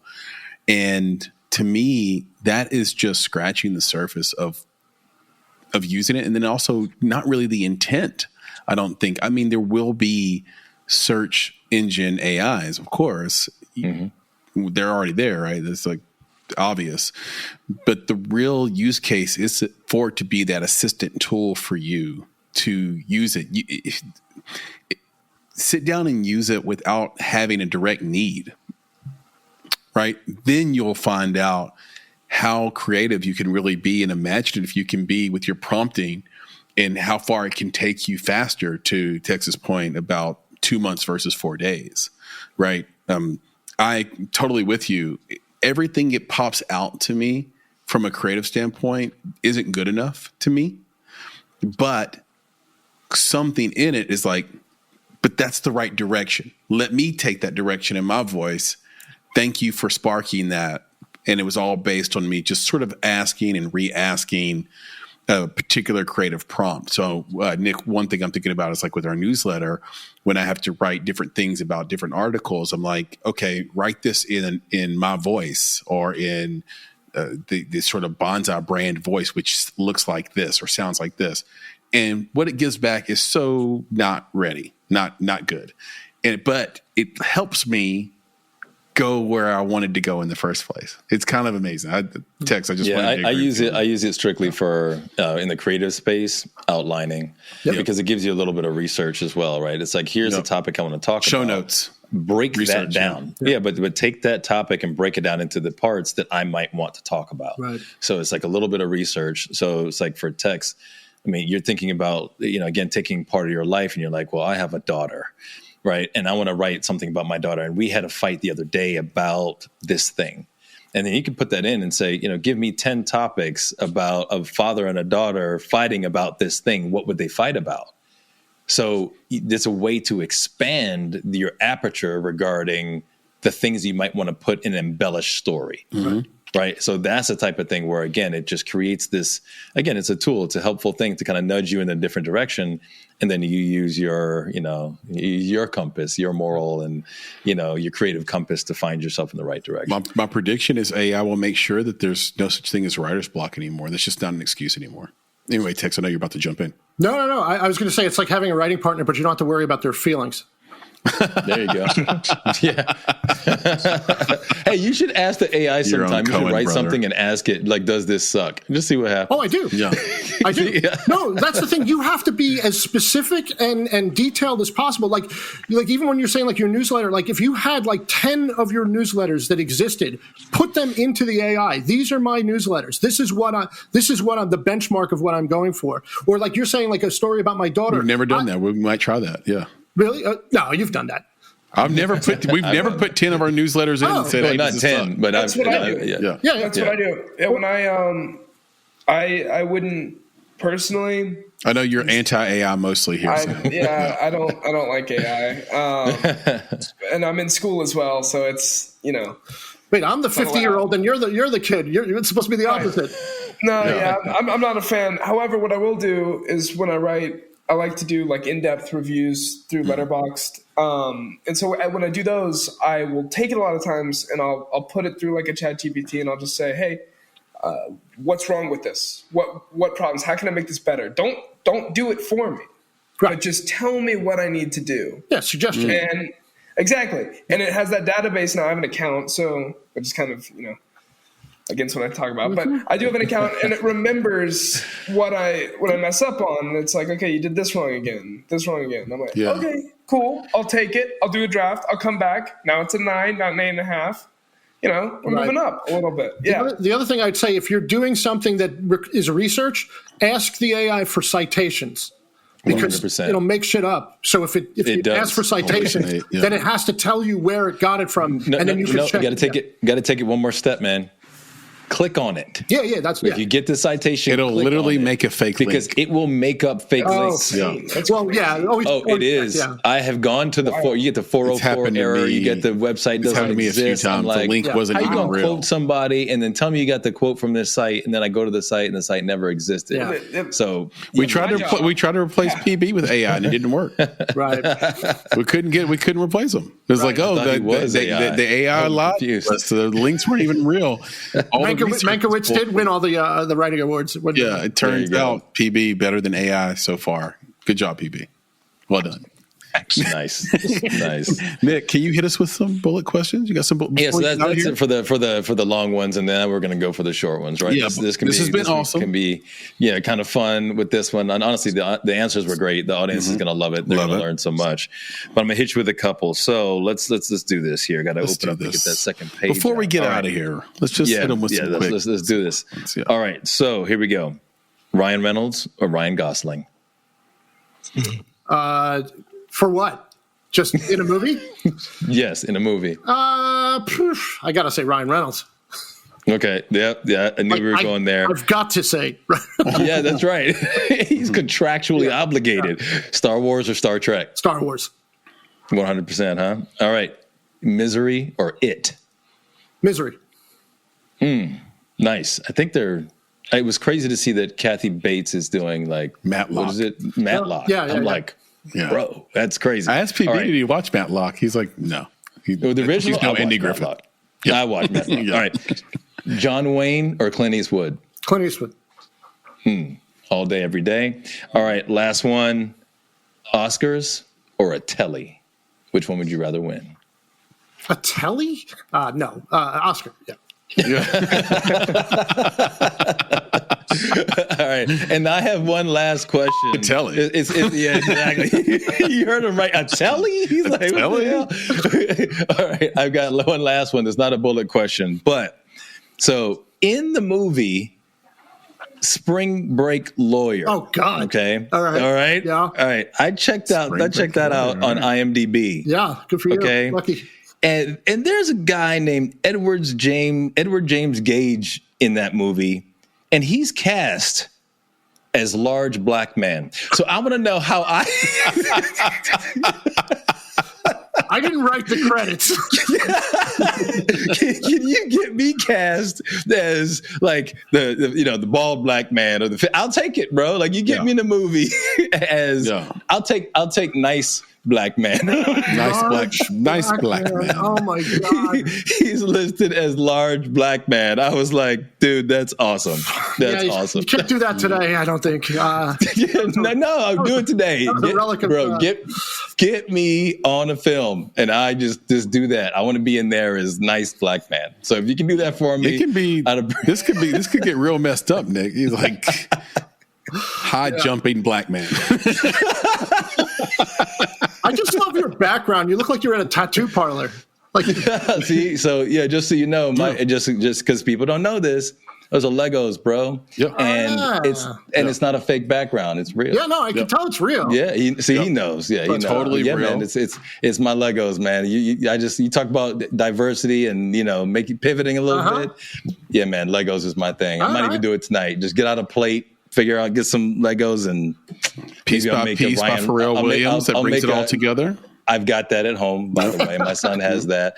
But, maybe actually I'll make a Ryan Reynolds. That's what I should do. You should absolutely make it. PB, is your background an Easter egg? Is my background an Easter egg? Yeah, is it? Easter egg oh, sorry. Is it? Does your background mean something? Where did you go? I was letting you see the entire background. Okay. I've been waiting all night for you to ask me that. Just so why are you on mute? I had some noise in my vicinity. Okay. Yeah. But I waited all night so I could say the name of this city. Okay. Minneapolis? Regina. No. Regina, Saskatchewan, which is where Just Friends was shot. Are you serious? No, you're not serious. I am serious. Now, it was 2005. It was 2005 when you were there, so there are more buildings, obviously. For those listening, Papa Bear is leaning to the right again, off camera. You wouldn't to be show Regina. He's going to show us his Regina. You wouldn't be outside in the winter with no jacket. No. It's negative 55 degrees. No, this is looking out my window. Yeah. Yeah, I can't believe even trees can survive in that weather, Tex. Yeah, it's nuts. It's nuts. Yeah, the only great thing is you need to shoot a hockey scene on a pond. You don't have to worry. Just go out in the pond. It's frozen solid. Yeah, we had engineers come. They're like, oh yeah, this thing is many feet thick. You're fine. No one's falling through. We had all the equipment out there on the pond and stuff. I don't trust people enough, Tex. There's no way I will walk out on a frozen pond. I've seen too many movies. Yeah. It's like there's no way I'm walking out there. You can tell me it's feet deep. Right. You try first, bro. Not gonna do it. You doing it, Nick? You walking on a frozen pond on somebody's word? Prudent. You wouldn't be prudent, right? Do it. Mm-mm. Good job, PB. Way to. Would not eat that broccoli. Sometimes our guests don't always recognize that PB. So he always has like a special background that's related to the guest, and so I just knew that had to be something. I didn't even know it was his Regina. But I knew it was something, and so I'm glad we got to say that. Okay. Look, I have my Just Friends hat with my I love Regina pin on it. Nice. They know what they're doing, Nick. They know what they're doing.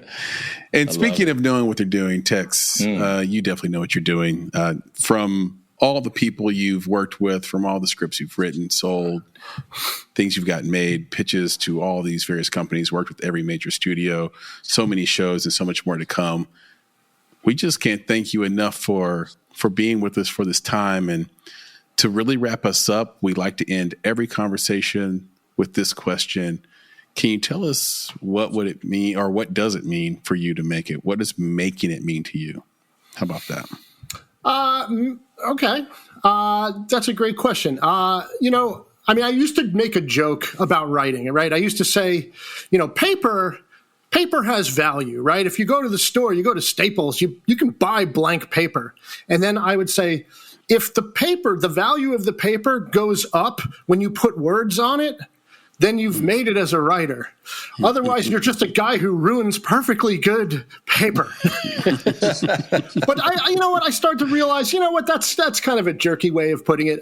You know, if you're able to sustain yourself doing something that you love doing, you know, that to me is success. You know, I've worked a lot of stupid jobs. I worked in the bagel store. I worked in a factory that made parts for a car wash. I've done some dumbass shit, and always writing though. Always writing at night, during the day, days off, weekends, holidays, doesn't matter. Always writing. And the fact that I'm able to sustain myself by sitting at a computer and writing down my thoughts and ideas, whatever medium, whether it's TV, podcasting, you name it, being able to sustain myself and have people enjoy what I do, that to me is, you know, the symbol of success. Being able to be creative, to look at a blank page and suddenly there's something new there, you know. To me, that's how I would define making it. You know, doing the thing you love and you know, having, you know, being able to sustain yourself. That's it.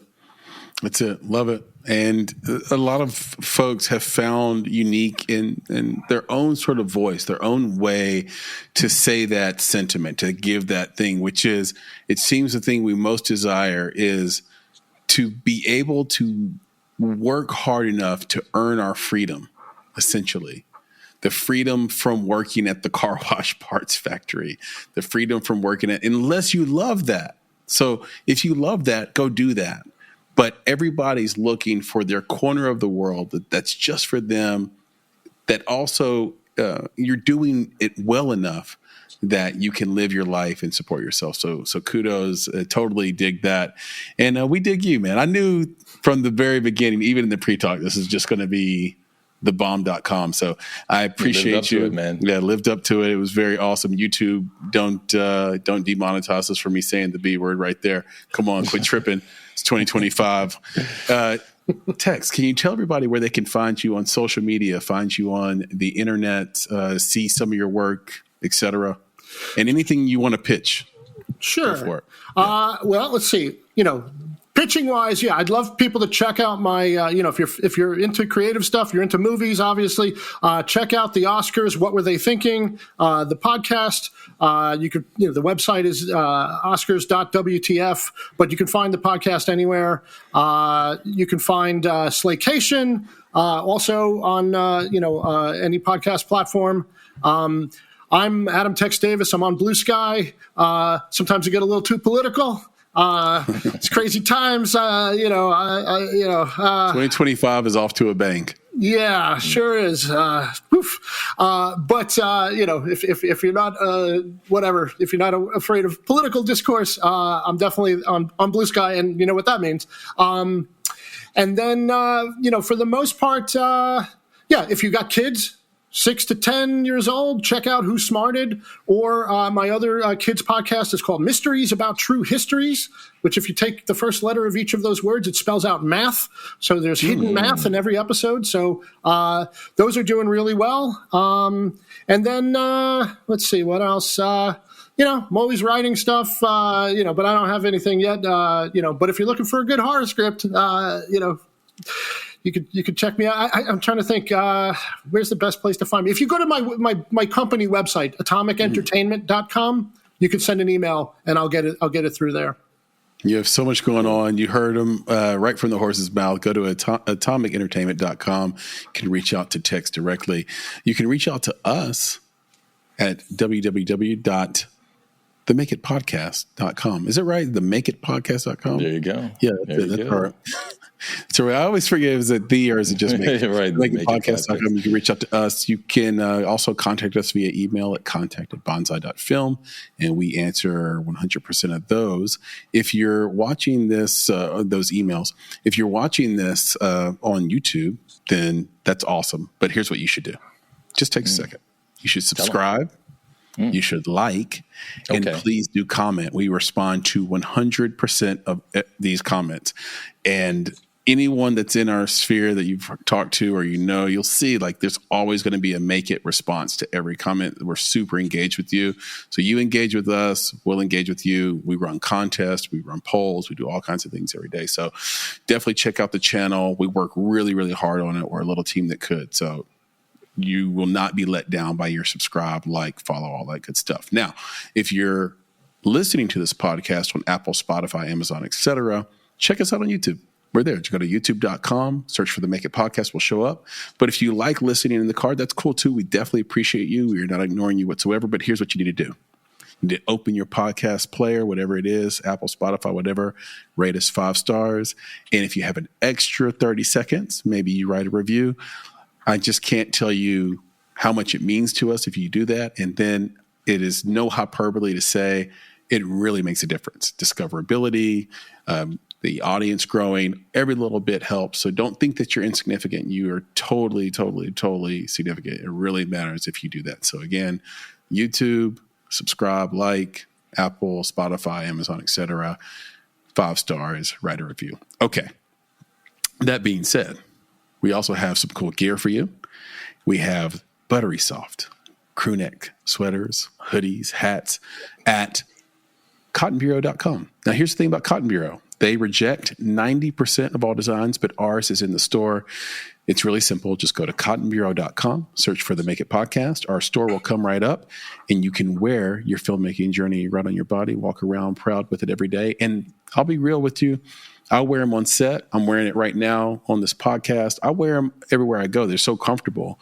My favorite is the long sleeve tee. I'll wear it on set with a hat and some jeans. It's perfect set gear. So go do that. cottonbureau.com, search for the Make It Podcast. Our store will come right up. You cannot miss it. And the hoodies are super soft. And the hoodies are super soft. Everything's really, really great there. So shout out to Cotton Bureau and our partnership there. Nick, did I leave anything else out? I think that's it. Is that it? Do we have any other? Do we have any other housekeeping? Say if you're listening to us on the podcast, then I would say definitely come over to the YouTube channel so you can see 4 out of 5 gentlemen with luxurious locks and my bald-headedness. And I will we're going to have to put in the show notes. I am the bald black man. Like I'm going to be listed in the show notes as that. And everybody else just, put you in the transcript over here with the luxurious locks. Every time I see Papa Bear, I get mad at myself. I'm like, how's that even a thing? Yeah, Papa Bear. So you look at Tex. Papa Bear and Tex are the envy. Well, Sam too. I mean, all of you. That's what I'm saying. All of you, luxurious locks. Man, your curls are glistening right now. You got that early 90s Al B. Sure thing going on. Look at that. Look at this. Look at this. Look at that. So yeah, it's a wonderful thing. Shout out to Al B. Sure. All you need to do is put on some weight. Yeah. Big bald black man. Not. But put on some LBs and you'll be a big black bald man. I'd like to think that the guy asked to be credited as that. Somehow I don't think he did. I just, and he saw it one day and he was like, he made a new website, bigblackman.wt. .wt. What? LBM. Right. LBM with the BBL. All right. Yes. So, exactly. So Nick, with that, can you please? Oh, social media. If you want to find us on social media, all social media _ Make It Podcast. I already said the website. Yeah. Social media. You can DM us. We respond to 100% of those. Everyone that's on social media knows that we do that. We love the comments. We love the engagement. Thank you, TikTok followers, new TikTok followers doing that. Thank you, new IG followers doing that for us. We really appreciate it. But we're on all the platforms. So leave us comments. We respond to every one of them. We love the engagement. _ Make It Podcast on IG, TikTok, and Facebook. Okay. With that being said, Nick, can you now leave us with the credo? Now handle up now. And of course, got to say thank you to Tex for this. This was awesome, man. We appreciate you. We thank you so much for spending the time with us. We know that a lot of podcasts out there and, channels like this, they'll be 15 minutes in and out. And we like to draw this thing out to have good conversations with friends that we just haven't met yet. And we could tell that right away with you. And we just appreciate the time, the knowledge, the fun. This was great. This was a great conversation. And again, we just appreciate you for that. My pleasure, man. I had a great time, and I just rated you guys 5 stars. Boom. Look at that, man. He doesn't he don't mess around. Yeah. He's a man of his words. No, you guys are awesome. This was a ball. So home run. Love awesome, dude. Yeah. So with that, I'll have to say to our filmmaking friends, our fans, our followers, and our family, be better, be creative, be engaged. And thank you for listening. Nick, Tex, talk to you soon.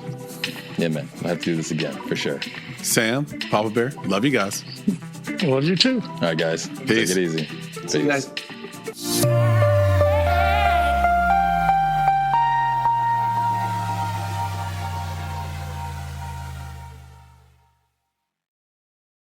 You just realized your business needed to hire someone yesterday. How can you find amazing candidates fast? Easy. Just use Indeed. Stop struggling to get your job post seen on other job sites. With Indeed sponsored jobs, your post jumps to the top of the page for your relevant candidates, so you can reach the people you want faster. According to Indeed data, sponsored jobs posted directly on Indeed have 45% more applications than non-sponsored jobs. Don't wait any longer. Speed up your hiring right now with Indeed.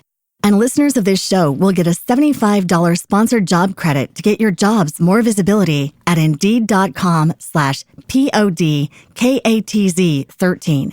Just go to Indeed.com/PODKATZ13 right now and support our show by saying you heard about Indeed on this podcast. Terms and conditions apply. Hiring? Indeed is all you need.